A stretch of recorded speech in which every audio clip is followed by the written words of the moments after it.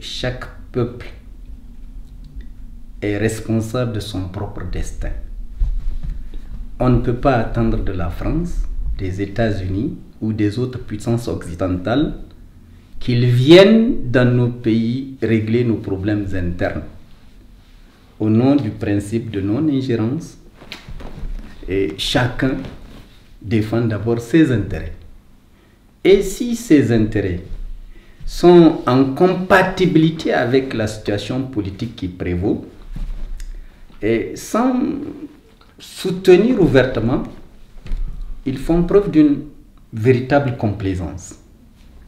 Mais même s'ils n'étaient pas complaisants,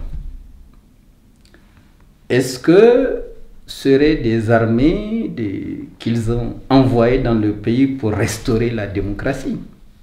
Il faut nécessairement donc que ce soit les citoyens du pays qui décident de se battre pour garantir le respect de la Constitution qu'ils se sont donnée, pour garantir la bonne gouvernance, pour garantir leur liberté. Mais s'il faut attendre de l'extérieur ou de quelqu'un d'autre de venir régler vos problèmes internes, vous allez vivre longuement et durablement dans l'esclavage.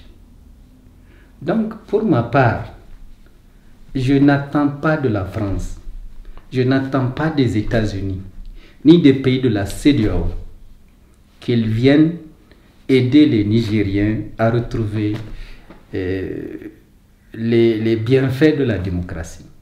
Si les Nigériens veulent la démocratie, s'ils veulent la souveraineté de leur pays, c'est à eux de se battre pour l'imposer. Et contrairement à ce que certains Nigériens croient, je ne pense pas que ces pays, quels que soient les intérêts qu'ils ont au Niger actuellement, sont prêts à soutenir un dictateur.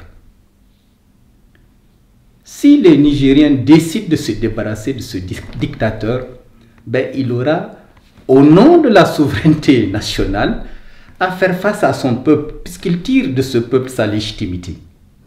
Par conséquent, si le peuple considère que cette légitimité n'est plus acquise, qui ailleurs va vous imposer une légitimité que vous n'avez pas? Donc c'est pour cette raison que je ne critiquerai pas l'attitude de la France, je ne critiquerai pas l'attitude de tous les autres pays de la sous-région. Je dirais simplement que si le problème persiste, c'est lié à nos faiblesses internes. Et c'est à nous de les corriger pour nous battre et récupérer notre liberté.